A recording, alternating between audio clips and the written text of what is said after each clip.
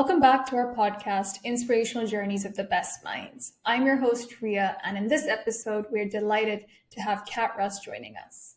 She's not only a seasoned expert in harnessing the power of technology to catalyze transformative change, but also a vocal champion for women in the tech industry. With a remarkable career spanning the launch of 8 digital companies and her previous role as the global head of technology at Standard Chartered Bank, Cat currently holds the position of Chief Revenue Officer at Screening Eagle Technologies and Strategic Advisor at Belentic. Her contributions have earned her the recognition to be one of the top 100 women in fintech and one of the top 25 women leaders in Hong Kong fintech scene. Today, we're set to explore Cat's unique insights into enterprise transformation, talking about her experiences in entrepreneurship, as well as being a seasoned corporate leader. Cat's career is a testament to the belief that taking risks in a rapidly changing world definitely pays off. Welcome to the podcast, Cat. It's a pleasure to be speaking to you today. Hi, Ria. Great. Thanks for inviting me along. It's flattering to be considered a good mind.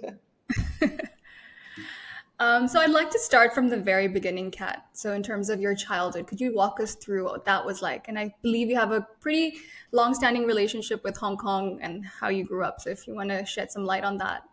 Yeah, sure. I was born in Hong Kong, and in fact, as was my husband and my kids were all born there as well. So Hong Kong has always been home. Having said that, I say banished to boarding school, just because my parents felt at the time that they wanted to give me some exposure to the UK. So I went to the UK for a few years for boarding school, and then off to university in Scotland, and then working from there. But growing up in Hong Kong was just an amazing experience. I mean, as you know, it's just an incredibly vibrant city. Anything's possible. People have a very gung-ho attitude. It's incredibly international. And I think that colored a lot of who I am. There's a great story about a person being interviewed, and he was asked, why did you choose to be a lawyer? And he said, well, and his father was a criminal. And he said, with my father, what choice did I have? Then they spoke to his brother, who was a convict. And he said, with my father, what choice did I have? And I feel with Hong Kong, it's a similar sort of situation in terms of, I feel having grown up on a little island, being international, well, what choice did I have? But having said that, there are a number of people in Hong Kong who think very, very local, and you can see it in a lot of the businesses that are grown locally. Well, what choice did I have but to be local? Because we're an island. Whereas I felt that the world was your oyster because you weren't constrained by, there are 300 million people and the world is here, I'll never explore the areas. I think that Hong Kong gave me that attitude. What choice did I have? And what was it like, what did you want to be growing up? Did you have a profession in mind that, or how did you get into banking? Was that always something that you wanted to do, or in technology? No, not at all. I actually wanted to be a scientist. Oh, wow. Wanted a white coat, working in a lab. And in retrospect, I have no idea why I thought that was a good idea, because it's not my personality at all to be sitting in a lab and working on things. So when I got to about 14 or something like that, I was incredibly unsure about which direction I wanted to go in. So my parents actually got someone, they did one of these sort of personality tests or career tests, and said you should be in business. And I was like, no way, totally wrong. So I did sciences, maths, economics, biology, and chemistry at A level. Totally messed it up, completely fluffed it, and so had to retake, which actually was a very good thing. Because it forced me to decide, is that what I wanted to do? Because in fact, by then I'd met somebody over a dinner who had said, look, and he ran a very large real estate company. And he's like, if you want to come and do real estate, I've got a job for you today. Your A levels are irrelevant. And so it forced me to sort of sit down and think, well, what did I want? And I decided actually, no, that was the direction I wanted to go in, and actually prove to myself I wasn't as dim as my A levels might have indicated. So retook those, and then was still thinking, still not sure. And in fact, in the UK, they do this thing called the milk round, which is where the big companies go and visit universities, the top universities. And I, by chance, have been lucky enough to get into St Andrews. Had a great time, wonderful university. And so they would visit. And so I, applied for BP, Shell, ICI, Unilever, I think P&G. Anyway, was very lucky and got a lot of offers. And in fact, with one of them, they offered me both an accounting job and a marketing job because I still didn't know which one I wanted to take. And so I think for me, it's really been more about taking opportunities as they arise, as opposed to having a career plan. And I know it's funny, I've been on stage with people before who've gone sort of junior, medium, junior, senior. And that's their thing. And they've known what they want, what their children will be called from the age of about 14, what age they're going to get married, things like that. And that's very not my style. And my style is very much more about what's the opportunity in front of me? What will I learn out of it? What will I get out of it? Does it make sense? Can I really deliver value in the way that they hope? And give it a go. So that's sort of been more my career. So it has shifted many times. So the first job I took was with a chemical company as a junior product manager. After 9 months, I was moved to a business publicity manager. And then thought, I don't think this is really my thing. So I was offered a job in Hong Kong as a headhunter. And very soon after I arrived, I met the guy who'd be my next boss, and he was setting up a fast food company in China, and I thought it just sounded amazing. So he sent me off to do process engineering in the States. And then when I came back, I helped set up his first factory, and then set up some of his other factories. I then ran the amusement park division, so I was setting up amusement parks in 5 different cities in China. So it was 17 restaurants, a warehouse, and a factory per city. Then I ran the company, and then decided it was time to move back to Hong Kong. So moved back to Hong Kong, and then somebody said, well, actually, we're looking for someone to set up the operations of an internet company. It was one of the top 5 internet consulting firms. And again, I knew nothing about the internet. At the time I moved back to Hong Kong, in China, it would take a minute to load a page. So of course, if you press the wrong page, you had to go back. And it was a nightmare. It was so slow. So, but I thought, what the hell? Why not? So went in and was the COO for them. So we had to get 200 people in the first 6 months. I then decided to I had my first child. And when I went back, they wanted me to work longer hours, take the same role. And I had agreed before I left, I would take a more junior role so that I could, manage the two. So it seemed the right time to try my own company. So I set up my first company, which was a consulting, an internet consulting firm. Then I grew that quite nicely, and then had 3 more children.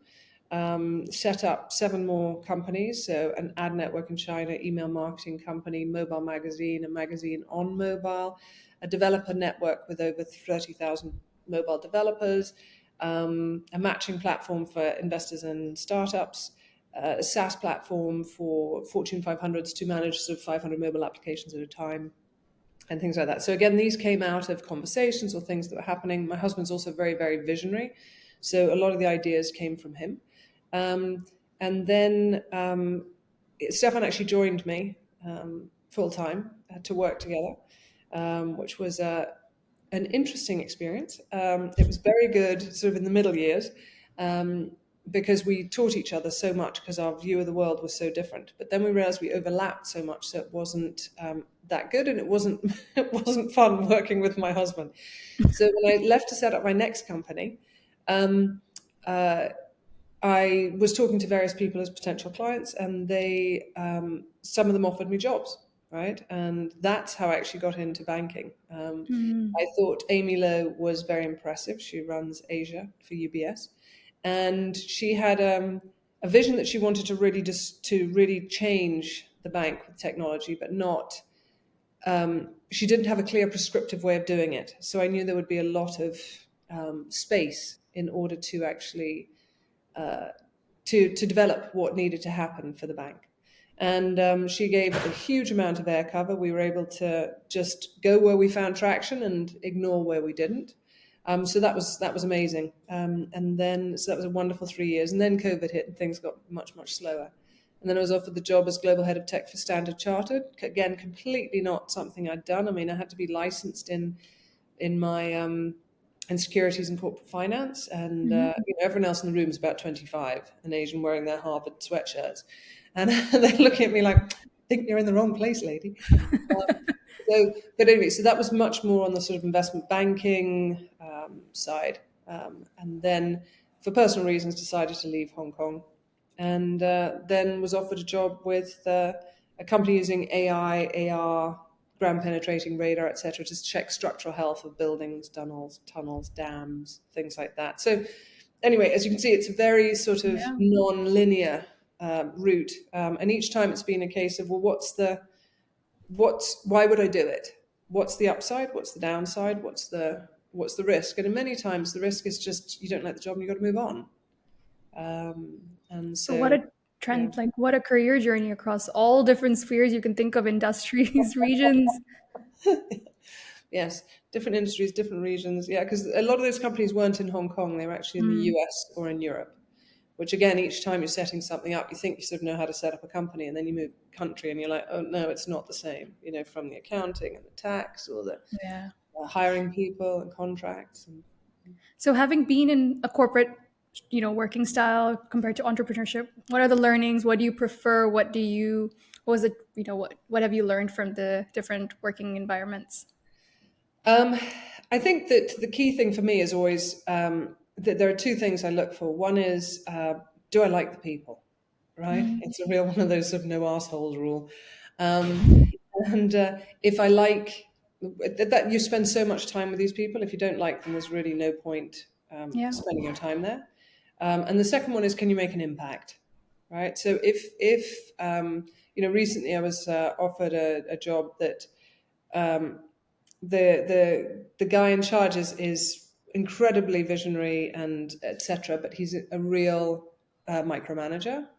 And I just did not want to go there, right? Because it's like you don't hire me if you're going to micromanage me, right? So again, I think those are the things, is really knowing what you want, and those are your key tenets. So I think making an impact and being part of a great team, I think, are huge. And having been in different roles, different positions, I'm sure leadership, has been an integral part. So what type of people have you looked up to throughout your journey, and what do you consider as your leadership style when you lead your team? I think that when I think back to the bosses I've had, which haven't been very many because obviously I've worked for myself for so long, but from each of them, I've really been incredibly lucky. So my first boss was a guy called Julian, and he had a great sense of humor, right? And so even when things were not looking at their best, he always had a great sense of humor. He was very fair and very straightforward, and would always also have your back. I did something really stupid in my first job. We had to send, at the time, telexes, right? So you had to send, we had two big clients that were major competitors of each other. And we were selling a product called sodium perborate, which was basically washing powder. And each of them wanted to know for each of their sites how much we were shipping to each one on a monthly basis, or a weekly, anyway, whatever, on a regular basis. So every however long, I would send a telex to one company and then send the telex to the other company. And of course, what did I do? I sent the wrong telex to the wrong company and panicked. So I was like, send it back, delete it. Can you delete it? Can you delete it? So I sent like 20 emails trying to get them to stop it, which of course made them know that they had their competitors' data, right? And so when the sales guy went in, so I had to tell my boss, and he told the sales guy, who had insisted I was fired, immediately it had to be out. And he totally covered my ass, made sure that, no, it's a stupid mistake, and it does mean I'm very careful when I send emails nowadays. To this day, I think it's burned in my brain as one of the most humiliating experiences. So I actually missed your question. I didn't answer your question fully on the large company versus the startup. and which I prefer. I think tying it back to what I'd said before about the team, if you're in a good company, you the team has the ability to impact. So it doesn't really matter if you're a large company or a small company. The question is whether your team has the power and the authority to actually drive change.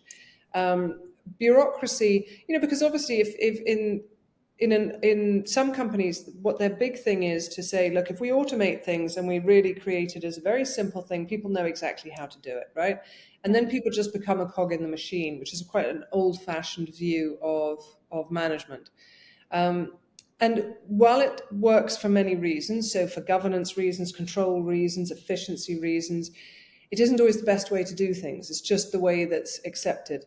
And my view is always you should break those things. In fact, at UBS, I was trying to get a new way of doing it, which is if you change jobs, when you arrive for your new job, your first job for the two of you for months should be how to break the old job, right? So that you really work on how could we do this better? Right. So that in addition to teaching you, it would really be trying to disrupt that, because people just get very bogged down in, well, this is how we do it. Well, who cares? Right. Why is there a better way? So I think if you have the authority and a fun team, then go for it. So I think in UBS, I had the authority to really make change. So that was why UBS was a lot of fun, because Amy let me do that.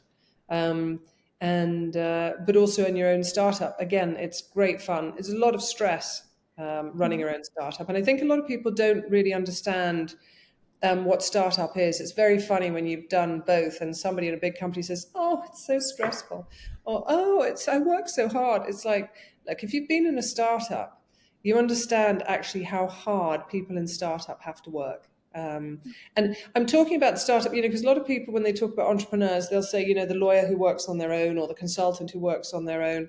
Obviously, there's stress of hunting and killing, hunting and farming, your two different types of, you've got to find clients and then you've got to actually execute the projects or whatever. However, it's a skill very well. It's where you are in your happy place. You are in your comfort zone. So that is what is easier about it. Whereas when you're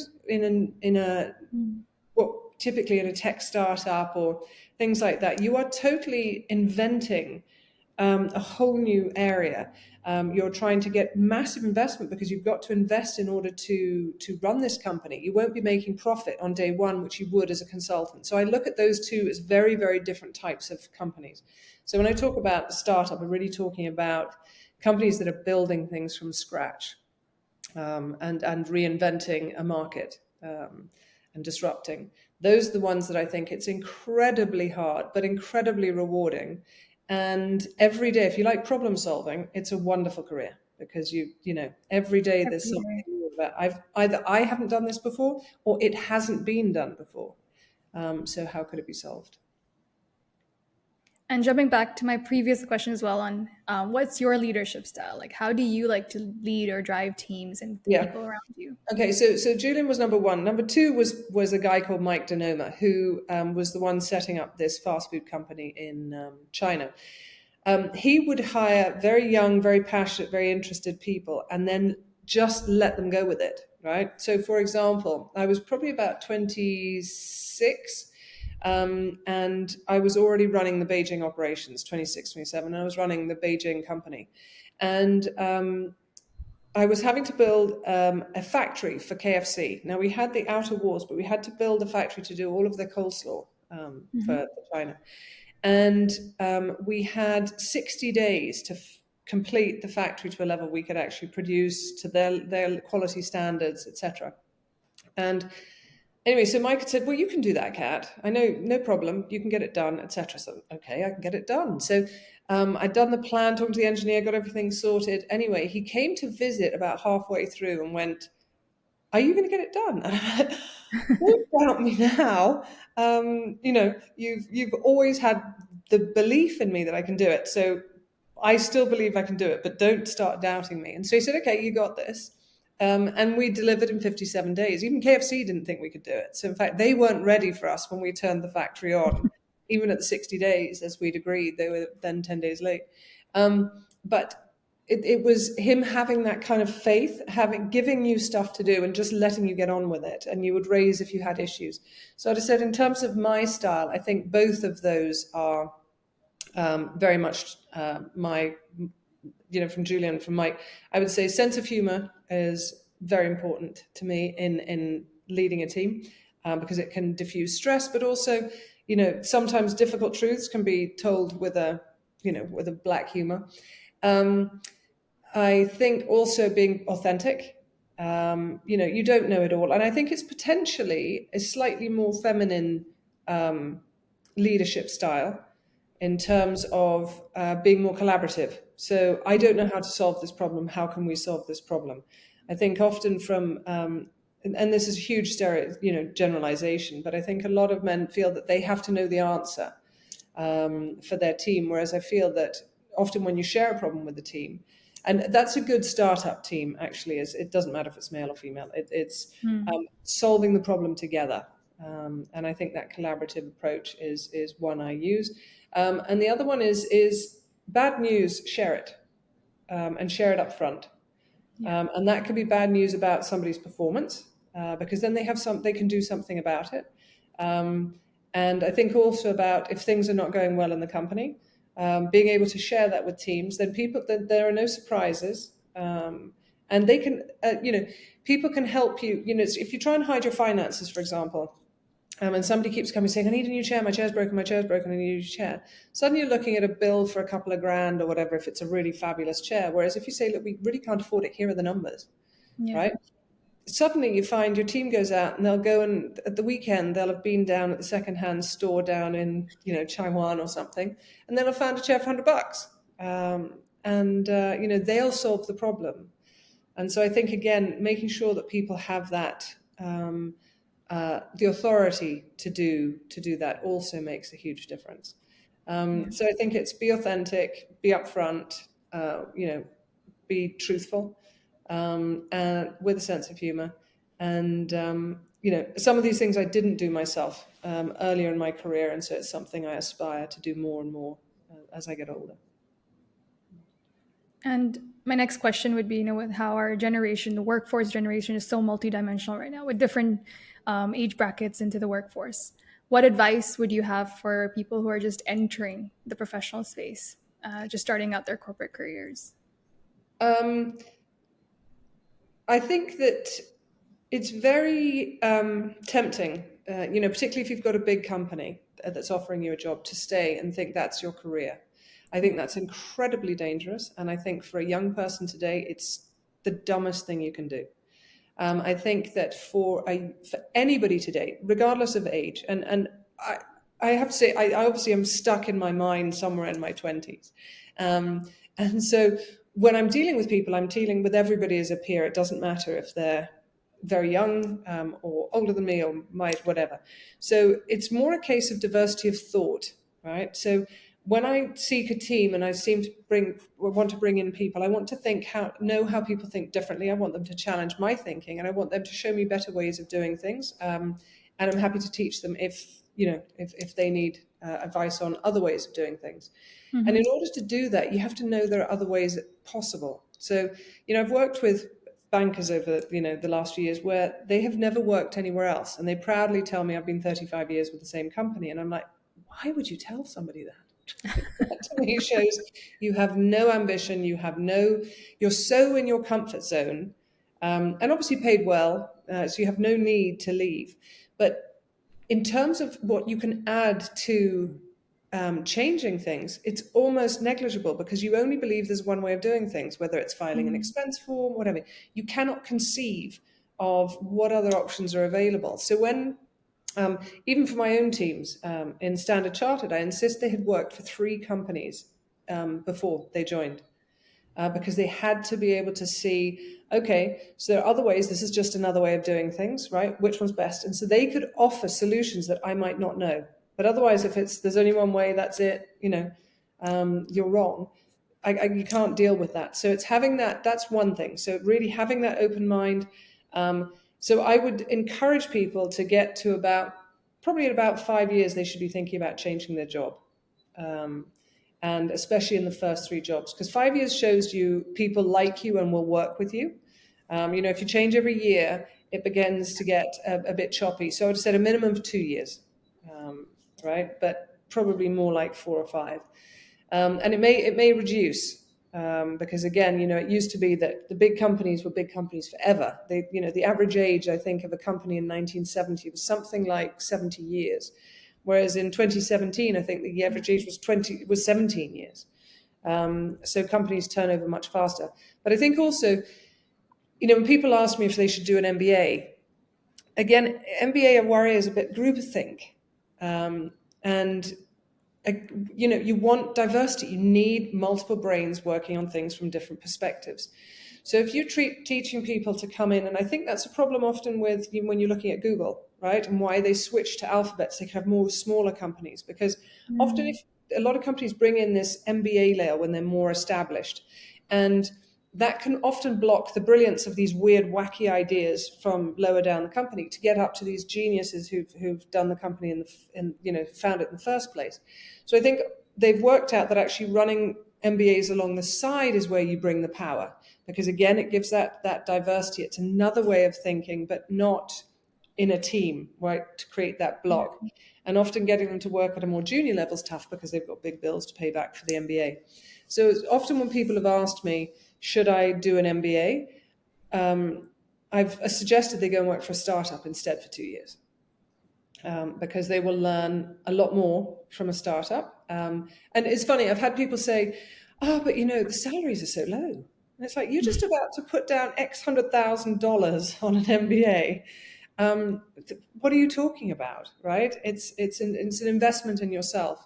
So I think, again, big company, small company. And I would probably do, if I was starting again, I would probably do big company for 2 to 5 years. And then I would still go for small company again. Some people, they do it the other way around, but that would be my preference. The other thing is, if you do start in a big company, I've seen a lot of young people, they start and they have a nice big salary, very excited about that, and they live to the salary.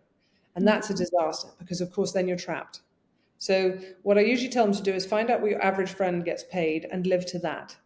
Save and invest the rest. So if I was to start again, I would have been much smarter about money than I was when I was younger. So stock investments, crypto investments, getting on and into that.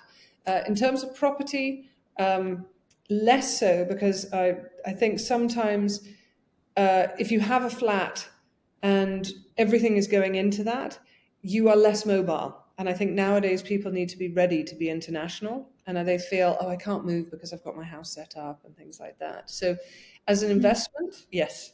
As a home, you've got to be willing to leave or put flatmates in it or something. So I think those would be my things: is work different kinds of companies, and live to a lower salary, so you have the flexibility before you have family and extra commitments. And my final question, I always end on this note, is that if you were to win a lottery and money isn't a factor, what would you do with your time? Slightly embarrassing. I've actually for years and years wanted to have a chat show. Really? Yeah. So I think as I get older, I think it would be probably more likely to be a podcast, and it would be empowerment. It would be about how to empower either young people going into the workforce or women going back into work after having taken a career break. And I think there would be a technology angle. So how to increase your productivity so you can actually get multiple things done using technology in order to create the lifestyle that you want. That's pretty cool. I look forward to it whenever you decide to launch this. Okay, all right. That's good. Thank you so much, Kat, for this wonderful conversation and sharing your insights into how you've dabbled entrepreneurship, corporate, all the different challenges in your career. Thank you so much for taking out the time. Oh, my pleasure, Ria. Always great talking to you.